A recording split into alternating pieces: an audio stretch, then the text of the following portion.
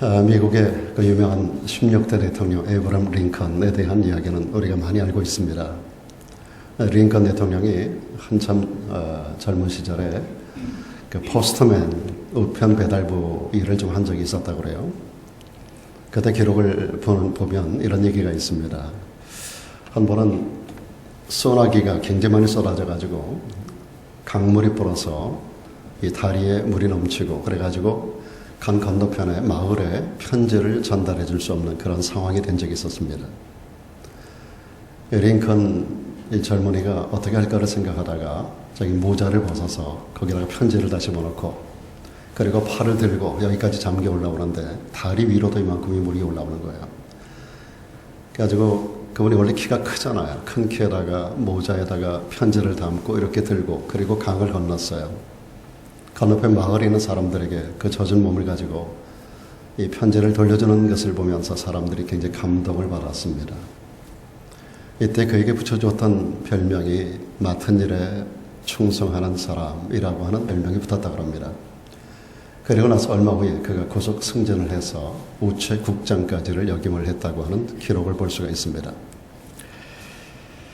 이 경험이 훗날 그는 그때 일을 회상하면서 제가 대통령이 되고 나서 이때 있었던 이 작은 경험이 대통령이 될 수 있는 하나의 바탕이 되었다고 하는 고백을 한 적이 있습니다.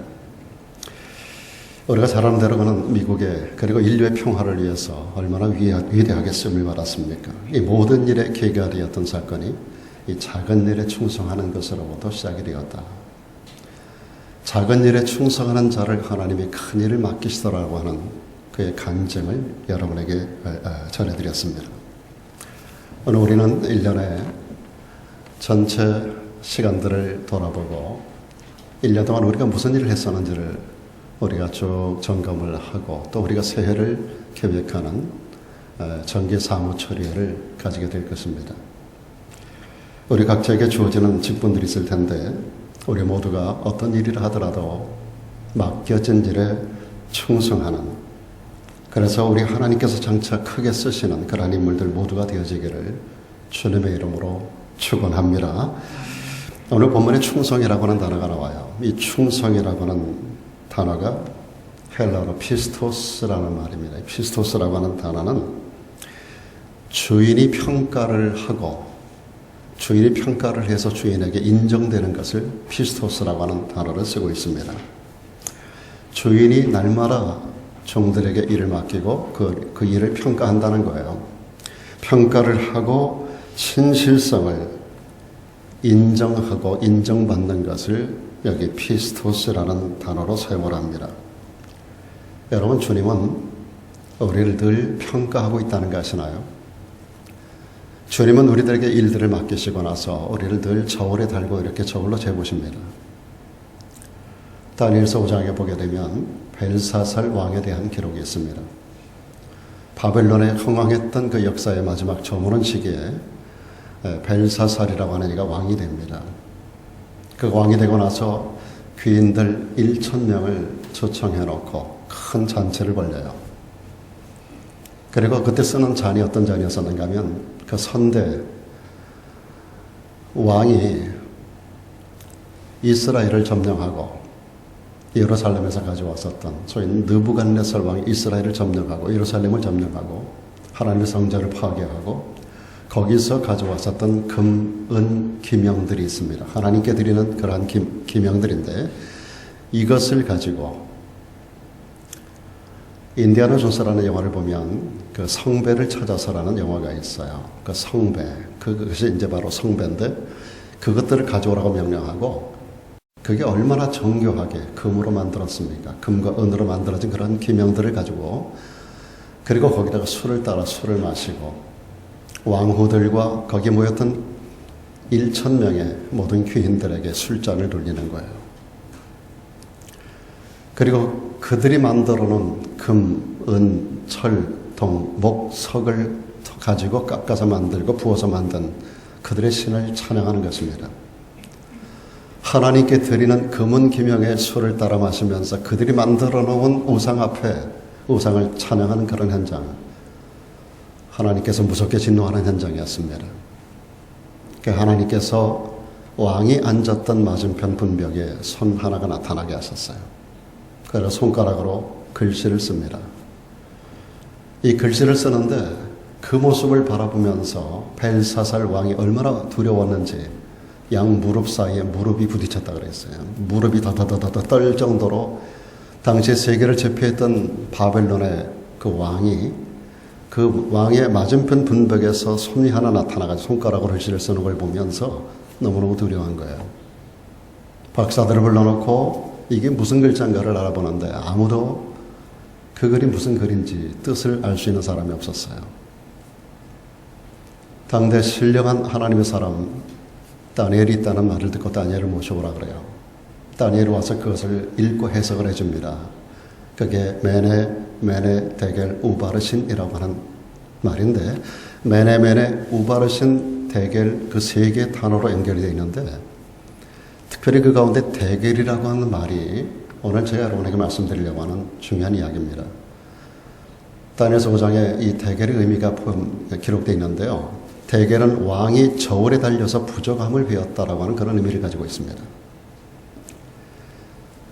당신이 왕의 저울에 달려서 부족함을 배웠다고 하는 의미입니다라고 해석을 해줍니다.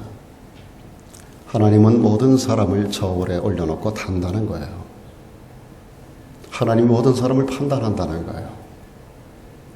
그리고 부족함을 보였다고 하는 거예요. 그래서 메네 우바르신 당신의 나라가 이제 끝났다고 하는 것이고 당신의 생명이 오늘 끝날 것이라고 하는 것을 무섭게 선언합니다. 하나님께서 무섭게 말씀하신 거였었어요. 그 말 그대로 그날 밤에 메대 왕 다리오가 와서 벨사살의 목을 칩니다. 그리고 그날에 나라가 망하고 바벨론에서 메대, 바사, 페르시아로 나라가 넘어가는 그런 역사적인 사건을 만드는 것이 다니엘 5장의 이야기입니다. 이 말씀은 우리가 하나님께서 인정하시는 신실한 사람이 되어야 된다. 하나님이 우리 모두를 각자의 재는 저울들을 가지고 계십니다. 여러분마다 무게가 다르기 때문에 또 주님이 원하시는 표준적인 무게가 요구되는 무게가 있는데 하나님은 여러분 한 사람 한 사람을 재는 스케일이 다 달라요. 그 스케일에 여러분 하나하나를 올려놓고 거기다 재는 거예요. 여러분의 믿음의 분량을. 여러분의 신앙의 역사를 우리 하나님이 전부 개별적으로 평가합니다. 신앙생활은 각계 전투라고 말씀드렸어요. 각계인이 하나님 앞에 나가는 거예요. 마찬가지로 하나님은 우리 모두를 개인적으로 평가합니다. 목사에게 요구하는 분량이 다르고 여러분에게 요구하는 분량이 다르겠죠. 우리에게 요구하는 분량, 그 분량만큼 되기를 원하는 거예요. 데겔, 하나님의 저울에 달려 부족함을 배웠다. 제가 이런 말씀 앞에 사도 바울도 전전긍긍했었고 저도 늘 전전긍긍합니다. 하나님의 저울로 나를 다실 때 내가 얼마나 부족한가.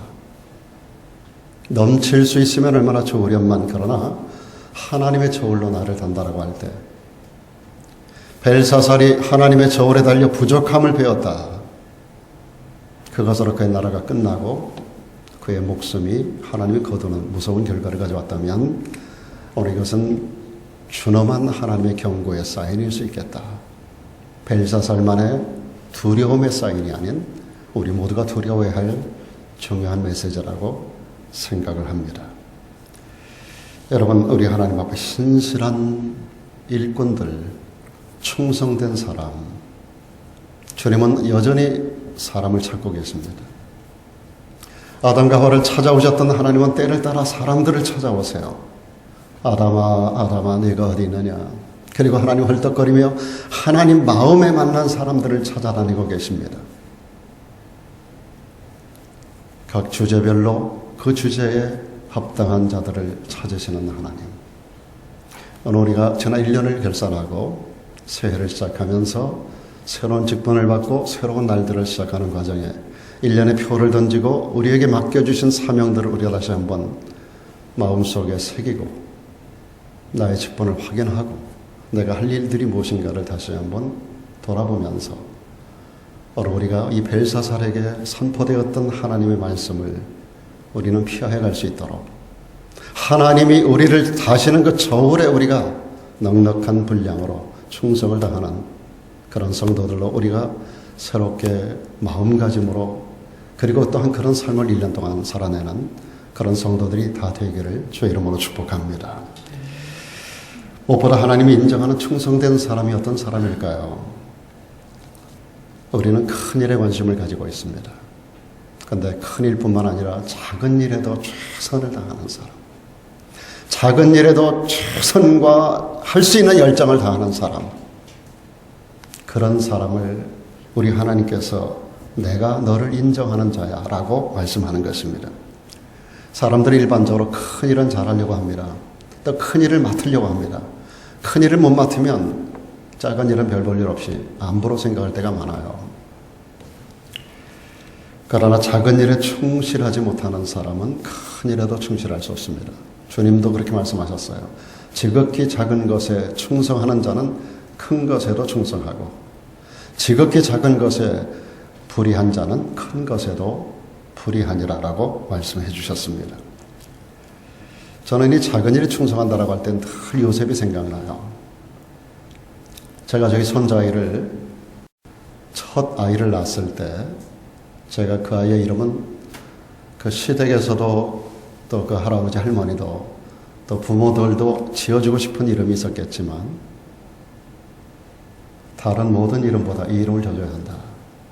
여기는 생명 살리는 일을 살아야 한다. 그리고 하나님 앞에 충성된 생애를 살아가게 해야 한다. 제가 고집해서 그 아이의 이름을 조셉이라는 이름을 주었습니다. 조셉. 여러분, 이 조셉은 어려서부터 굉장히 충성된 사람이었어요. 일생을 충성이라는 한 단어로 그를 정의할 수 있는 사람이 바로 조셉입니다. 그는 티네이저 시절, 특별히 17살 될 때까지 아버지 집에 머물렀어요. 그 위에 형이 10명이 있었어요. 층층시하예요. 그런데 여러분, 그 모든 환경 가운데서 그는 아버지의 사랑을 독차지하면서 아버지의 명령에 조금 더 거역함이 없었어요. 아버지가 형님들의 안부를 묻고 오라고 하는 명령을 했습니다. 세겜 땅까지 갔다 오라. 세겜 땅까지 갔어요. 아버지의 명령을 완수하지 못했어요. 형들을 못 보는 거예요. 사람들에게 물어 거기서 30km 떨어진 북쪽에 있는 도단성까지 찾아 올라갑니다. 아버지의 명령이기에 아버지는 세겜성까지 갔다 오라 했지만 거기서 아버지의 말씀을 이루지 못했기 때문에 끝까지 완성하기 위해서 그는 또 다른 지역, 명령하지 않았던 지역까지도 그는 올라갑니다. 그래서 아버지 명령을 이루는 거예요. 그러다가 그는 거기서 형님들에게 노예로 팔려가게 되죠. 미디안 장사꾼들에 의해서 애굽으로 팔려갑니다. 은 20에. 미성년자는 은 20개고 성년은 30개. 그래서 예수님이 30에 팔린 거예요. 그래서 이 미성년자, 티네이저에 있었던 17살의 이 아이가 은 20개 팔린 거예요. 그래서 애굽의 왕의 밑에 시위대장이었었던 보디발의 집으로 팔려갑니다. 그런데 이 집에 가서도 그의 신분이 노예이지 않습니까? 그리고 이곳에서 내일이 없는 하루하루의 삶을 살아가는 거예요. 그는 꿈꾸는 자였지만 현실적으로는 내일이 없는 자였었어요. 그러나 그가 얼마나 충성을 다했는지, 얼마나 자기 위치에서 최선을 다했는지 주인의 눈에 들었어요. 주인이 그를 가정 총무로 삼아요. 지금 대통령 경호실장에 위치해 있는 그 집에서 굉장한 권력 권세를 가진 집안입니다. 굉장히 많은 노예들, 종들이 있고 많은 식설들을 거느리고 있는 집에 주인이 이랬어요. 내 아내만 손대지 마라. 주인의 식물과 그리고 아내만 손대지 못하게 하고 모든 것을 조셉에게 맡겼어요. 특별히 집도 따로 밖에 집을 하나 얻어줬어요. 여러분, 노예가 따로 집을 얻어서 출퇴근하는 노예가 어디 있었습니까? 딱 한 사람, 이 요셉이에요. 그리고 출퇴근을 하면서 집안 전체 일을 돌보는 일을 하게 됩니다. 얼마나 충성스러웠는지 몰라요. 그러다가 그는 주인의 아내에게 억울한 누명을 쓰죠. 감옥에 들어갑니다. 이 감옥이 일반 감옥이 아닙니다. 정치범들이 들어가는 아주 무서운 감옥이에요. 거기 정치범 2사람과 함께 더불어 거기에 갇혔는데 그곳에서도 전옥에게 은혜를 입어요. 그래서 그 안에 모든 재반 사물을 요셉에게 다 맡겨요. 그는 감옥에 들어가서도 얼마나 정직하고 얼마나 열심을 다하고 충성을 다했는지 몰라요. 그가 섬겼던 자들, 술 맡은 관원장, 떡 맡은 관원장들, 그들을 지극정성으로 모셨어요.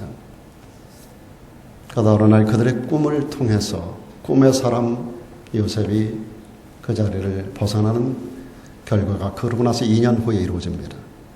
17살에 애굽으로 노예로 끌려가고 28살 때 감옥에 들어가고 30살 때 그 감옥에서 나와 왕 앞에 섭니다. 왕의 꿈을 해몽해주는 현장 가운데 그의 꿈을 너무너무 정확하게 2번의 꾼 꿈을 너무나 정확하게 해석해주면서 왕이 그를 마음에 품어요. 그를 둘째가는 치리자로 세워요. 버금수레를 태웁니다. 버금수레는 왕 다음 가는 수레. 그리고 왕의 시위대장 보디발이 그 앞에 엎드립니다. 그리고 나서 그는 애굽 땅 전체를 순찰을 하고 애굽 땅이 얼마나 큰 땅입니까? 그 땅 전체를 관할하는 총리가 되는데 왕이 창세기 41장 41절에서 마지막 부분까지 보면 요셉에게 인장반지를 빼줘요.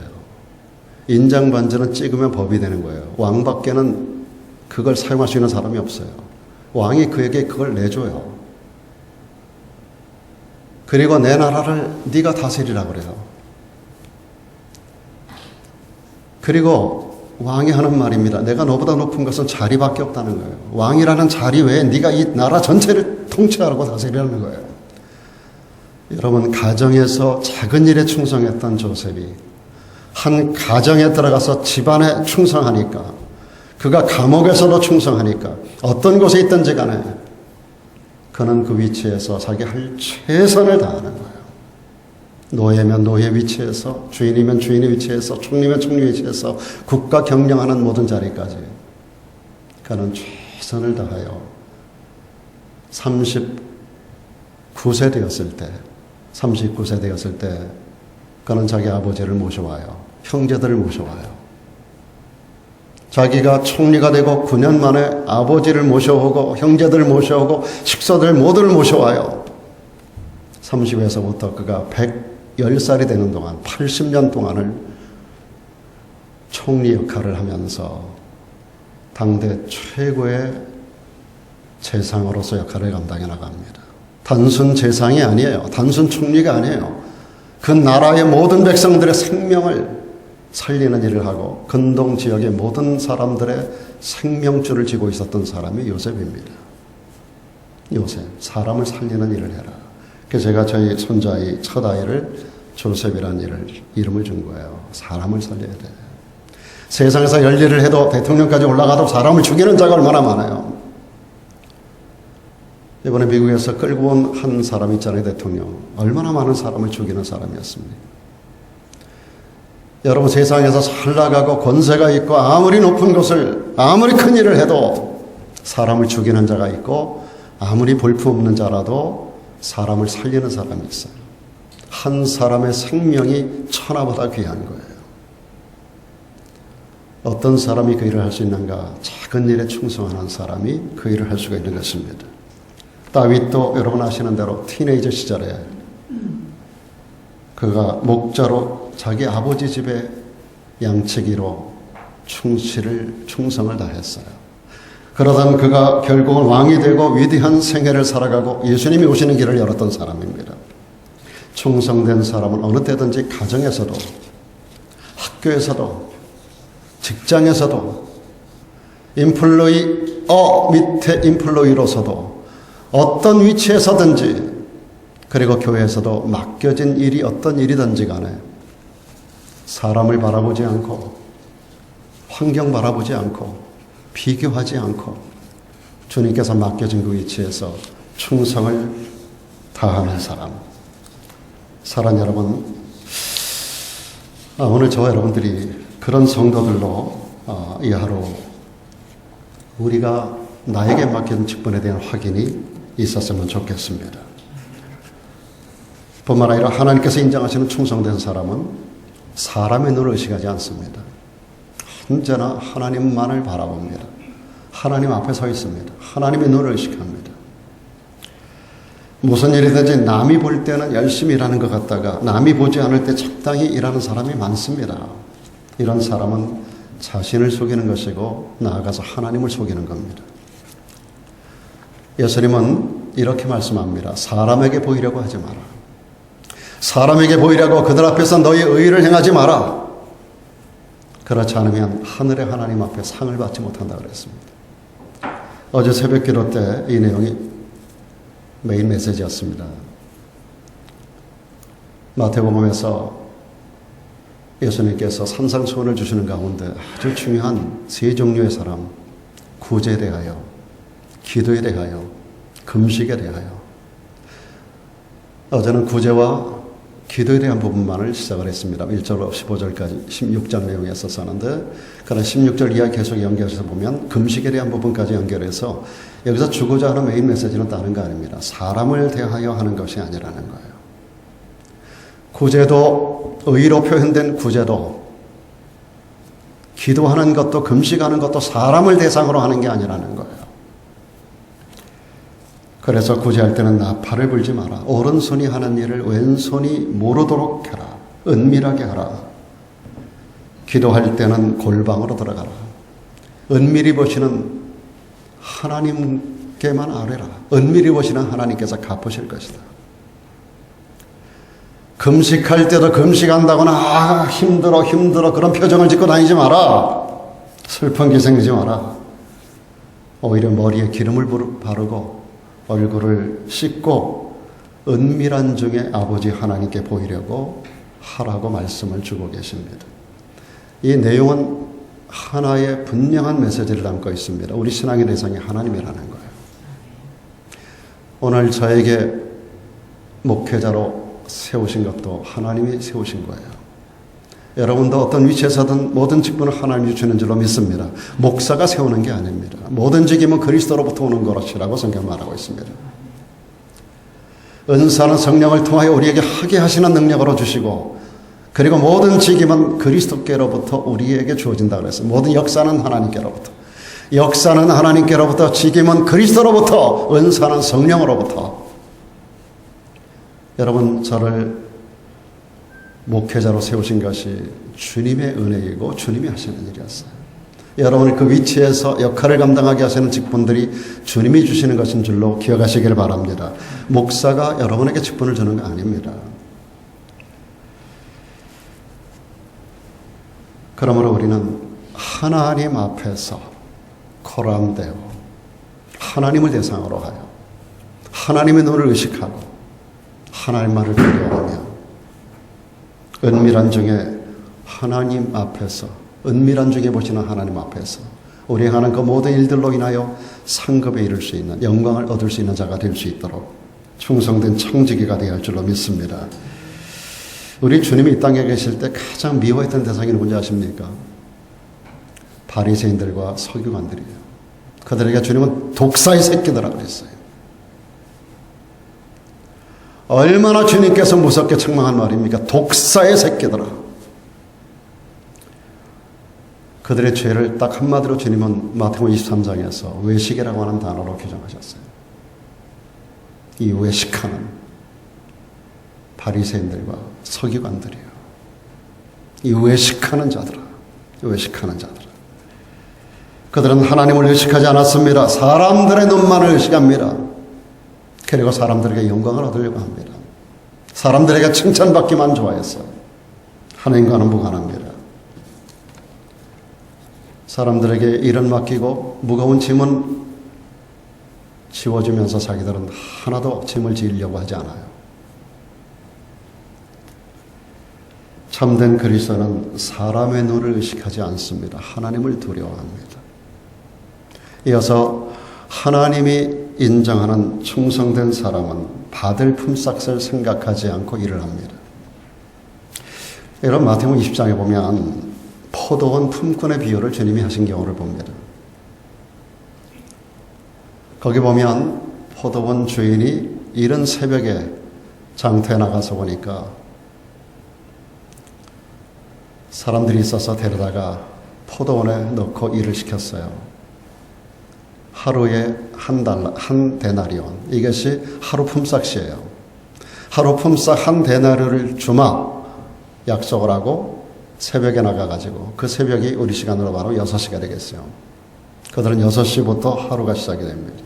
그 6시에 나가서 이 사람들 품꾼을 데려다가 포도원에 넣고 일을 시켰어요. 한 데나리온 주기로 약속을 하고. 그리고 주인이 뒷짐지고 아침 9시에 나가보니까 또 있는 거예요, 사람들이. 그래서 또 데려다가 포도원에 가서 일을 해라. 이때부터는 얼마를 주겠다라고 약속하지 않아요. 처음에 들어온 사람에게만 한 데나리온을 주겠다고 약속하고 이때부터는 약속을 하지 않아요. 그냥 들어와서 일을 해라. 9시에 나가보니까 있는 거예요. 또 12시에 나가보니까 또 놀고 있는 사람이 있어. 또 데려다가 일을 시켰어요. 오후 3시가 됐어요. 그들을 데려다가 또 일을 시켰어요. 5시에 또 나가보니까 또 있는 거예요. 일할 시간이 이제 1시간 남아서 6시까지 일을 하는데, 근데 5시에 나가서 있는 사람들도 데려다가 포도원에 가서 일을 시켰어요. 이 사람들이 일할 시간이 1시간밖에 없는 거예요. 그러니까 뭐 얼마 받을까? 그냥 주면 땡큐고 안 줘도 그만이고 할 정도밖에 시간이 없는 거예요. 근데 들어가서 일을 하라. 그리고 6시가 돼가지고 사람들 다 불러 모았어요. 맨 뒤에 온 사람, 5시에 온 사람, 1시간밖에 일 안 한 사람, 그들에게 얼마를 주나. 먼저 온 사람들이 목을 빼고 보니까 한 데나리온을 주거든요. 그러니까 먼저 온 사람들은 기대가 생기는 거예요. 아, 1시간밖에 일 안 한 사람도 한 데나리온을 줬으니까 우리에게 좀 더 많은 걸 주겠지. 근데 전부 한 데나리온씩을 주는 거예요. 그러니까 먼저 온 사람들이 불만이 있는 거예요. 왜 우리에게 한 데나리온을 주느냐고. 주인이 말합니다. 내가 너희와 한 데나리온 주겠다고 약속하지 않았어. 내 마음이야. 이건 내 거야. 내가 알아서 하는 거야. 그런 이야기인데 다른 교훈은 접어두고 여기서 아침 새벽에 들어온 여기 새벽과 9시, 12시, 3시, 5시 들어온 사람들은 역사의 시간표를 이야기하는 겁니다. 하루의 시간을 이야기하는 게 아니에요. 주님 일을 할 수 있는, 주님께서 우리에게 일을 맡기시고 일을 하게 하는, 일을 할 수 있는 그런 역사의 시간표 가운데 오늘 여러분 새벽에 들어온 사람들은 예수님 시대에 있었던 사람들 얘기하는 거예요. 주님의 제자들, 그리고 초대교회 교인들을 이야기합니다. 그들이 새벽에 들어온 사람들이에요. 그리고 지나간 2000년 기독교 역사가 지나가며 수많은 사람들이 주의 일에 참여하고 있습니다. 주님이 불러다가 일을 맡기고 주님이 불러다가 일을 맡기고 그래서 세계 선교 역사를 땅끝까지 이르러 주님의 사역을 감당해 나가는 도구들로 지금 쓰고 있는데, 그러면 오늘 우리는 몇 시에 들어온 사람들인가? 오늘 우리가 사는 시대는 역사의 마지막 때를 살고 있어요. 우리는 지금 5시에 들어온 사람들이에요. 우리는 일할 날이 얼마 남지 않은 그런 시간표에 들어와 있는 사람들이 기가 막히게 주님에게 택함을 받아 주님의 포도원에 들어와 있는 사람들이에요. 그렇다면 우리는 일할 수 있는 시간이 많지 않다는 걸 아셔야 돼요. 그런데도 오늘 주인은 새벽에 들어온 사람들과 똑같은 임금을 준다는 거예요. 웬 은혜요, 웬 사랑입니까? 새벽부터 와서 하루 종일 무더운 더위와 더불어 싸워 나보다 11시간을 더 많이 일한 사람과 똑같은 임금을 준다는 거예요. 그들의 비교할 때 나에게 주어진 것을 생각하면 이것이 주인의 은혜라 할 것밖에 없는 거예요. 오늘 우리는 우리가 받은 은혜, 웬 은혜입니까? 웬 사랑입니까? 우리가 뭘 했다고?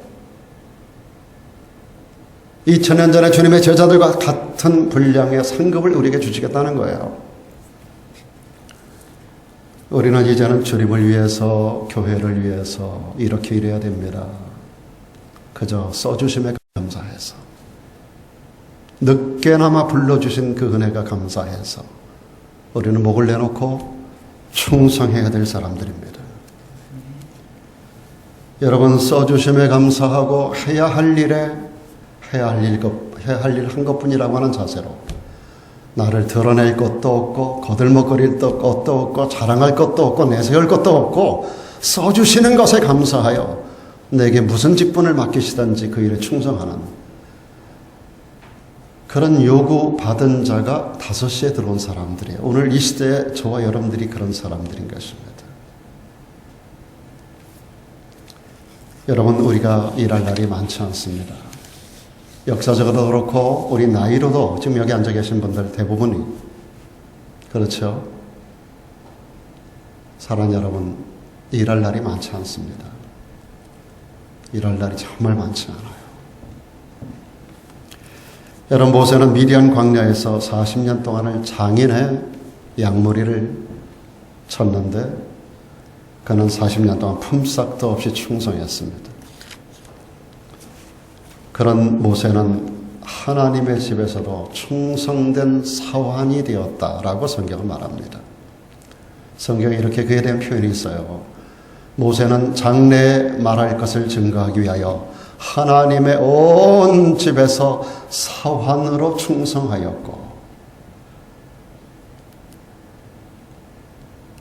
그의 기록인 민수기 가운데는 이런 표현이 있습니다. 그는 나의 온 집에 충성됨이라. 하나님께서 모세에 대한 평가입니다. 그는 나의 온 집에. 이 집은 오늘날 교회인 줄로 믿습니다. 여러분, 우리가 교회에 충성된 온 집에 충성되었다라고 인정했었던 모세. 하나님의 온 집에서 사환으로 충성하였고 하나님의 평가입니다. 그는 나의 온 집에 충성됨이라. 우리 크리스천들은 싹쓸 위해서 일하는 일꾼이 되면 안 됩니다. 특별히 마지막 때에 부름받은 성도들은 싹쓸 위하여 일하는 자가 되면 안 됩니다. 그저 써주심에 감사해야 돼요. 우리가 주님을 위해서, 교회를 위해서 싹쓸 생각하지 않고 충성하는 일꾼이 되면 주님께서 하늘의 상급과 칭찬으로 그리고 이 땅을 살아가는 동안에도 금생과 내생에 영광과 축복으로 함께 해주실 것을 믿습니다. 마지막으로 하나님께서 인정하는 충성된 사람은 맡은 일을 끝까지 그리고 중간에 변하지 않고 변함없이 감당해가는 사람입니다. 저는 많은 성도들을 봐왔어요. 저는 42년 동안의 단독 목회 사역을 통해서 또 여러 교회를 목회하면서 저는 많은 사람을 봐왔어요. 5년 동안, 7년 동안, 아니 처음부터 제가 만났던 모든 시간까지 변치 않는 사람을 별로 본 적이 없어요.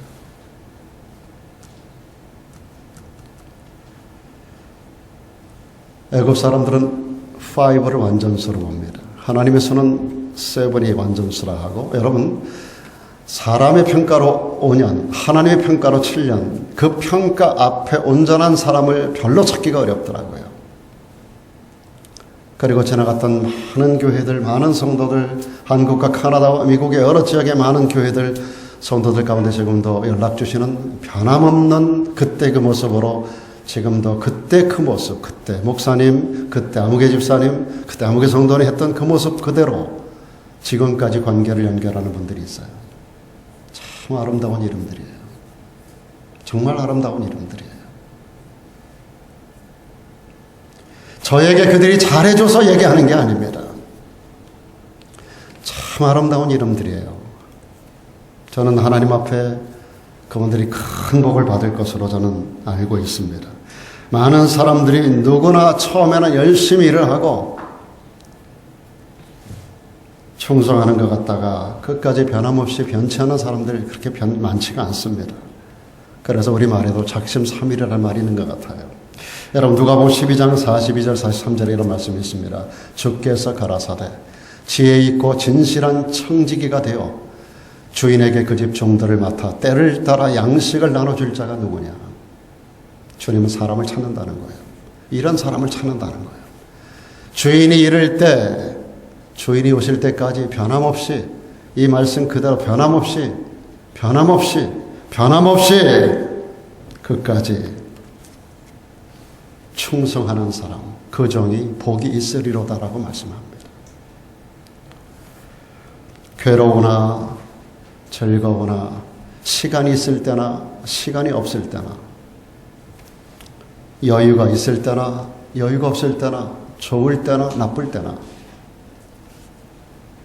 언제나 변함없이 맡겨진 일을 끝까지 감당하는 사람이 충성된 사람입니다. 하나님은 우리 각자에게 알맞는 그에 필요한 은사를 주셨어요.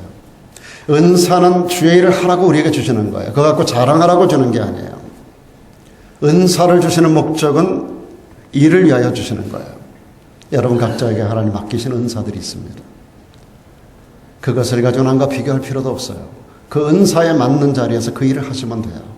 그 일을 찾아가서 하시면 되는 거예요. 여러분 나름대로 하나님 주시는 은사가 있고 재능들이 다 있어요. 우리가 재능이라고 하는 것이 예수를 믿으면 그 은사로 바뀌어요. 아, 하나님은 나에게 이 일을 맡기시는구나. 그냥 그 자리에 뛰어들면 되는 거예요.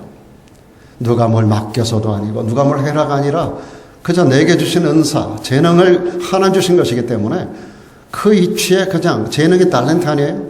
탤런트를 하나 주신 거예요. 그 일을 내가 하는 거예요. 그래서 세속적으로 예수 믿기 전에 했던 일들이 대개 교회 와서도 예수 믿고 나서 그 분야의 일을 하게 돼요. 사람들이 보면 다 그렇게 바뀌어요. 어찌됐든 여러분 하나님께서 여러분 모두에게 알맞는 은사를 주신 것은 그 일에 합당한 일을 하라고 주시는 것들이에요. 여러분 성경에서 가장 무서운 죄가 무슨 죄인지 아세요? 성령 회방죄예요. 은사를 주시는 분이 성령인데 성령께서 하라 하시는 일을 우리가 하지 않는 것이 성령 회방이에요. 무서운 죄 중에 하나일 수 있어요. 저는 여러분을 위협하는 것도 아니고 겁주는 얘기가 아니에요. 이 말씀들을 우리 마음에 담아야 돼요. 성령 회방을 내가 하고 있지. 난 성령 회방 안 해. 내가 무슨 성령 회방을 해. 아니에요. 내게 맡겨진 일에 충성하지 않는 게 성령 회방이에요. 많은 성령 회방의 리스트 가운데 하나가 하나님 우리에게 맡겨주신 은사를 내가 내던지는 거예요. 무시하는 거예요. 하나님은 우리에게 맡기시는 일이 참 각기 다릅니다. 은사대로 능력대로.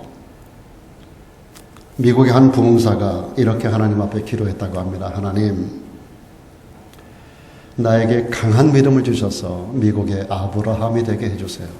그랬더니 하나님이 그래? 아브라함은 그 독자를 나에게 번제물로 바쳤는데 너도 네 외아들을 나에게 바칠 수 있어? 그랬더니 부흥사가 그건 안 됩니다. 제 아들, 제 외아들은 안 됩니다. 그러니까 하나님께서 그럼 넌 아브라함이 될 수 없어. 그랬더니 부흥사가 그러면 하나님 저에게 강력한 믿음을 주셔서 저에게 엘리야, 미국의 엘리야가 되게 해주세요.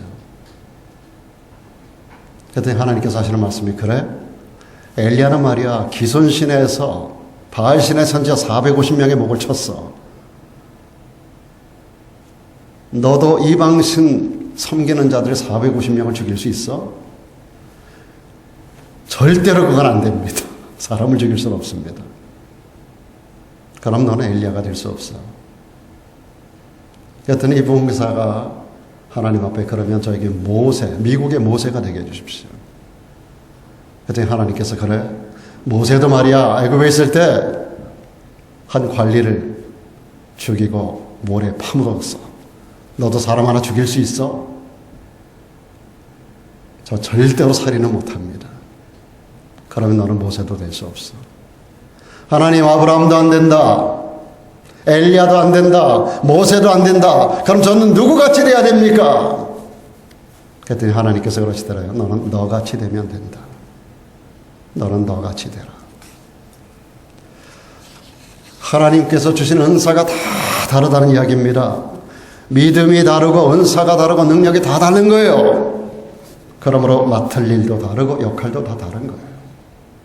그렇죠. 여러분 모두가 목사할 수 없고, 여러분 모두가 다 장로할 수 없고, 권사할 수 없고, 여러분 모두가 다 목자할 수 없고, 다 여러분 맡은 일들이 다 다른 거예요. 그러므로 우리는 그 맡은 일에 충성하면서 서로 연합하는 거예요. 그래서 주님의 교회를 세워나가는 것인 줄로 믿습니다. 그래서 우리 교회를 든든하게 세워나가는 협력자로, 여러분 온몸에 수많은 지체가 있잖아요. 손 따로 눈 따로 발 따로 뭐 다 따로 따로지만 따로이면 아무 역할을 할 수 없어요. 전체가 연합이 될 때 그 기능을 감당할 수 있는 거예요.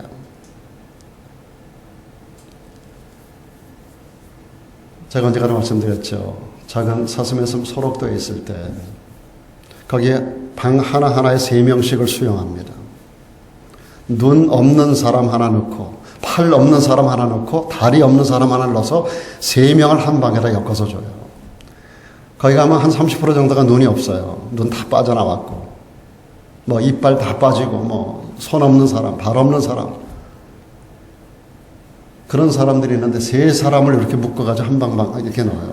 그 역할을 다 같이 부족한 걸 협력하라는 거예요. 눈은 없지만 손발이 있어.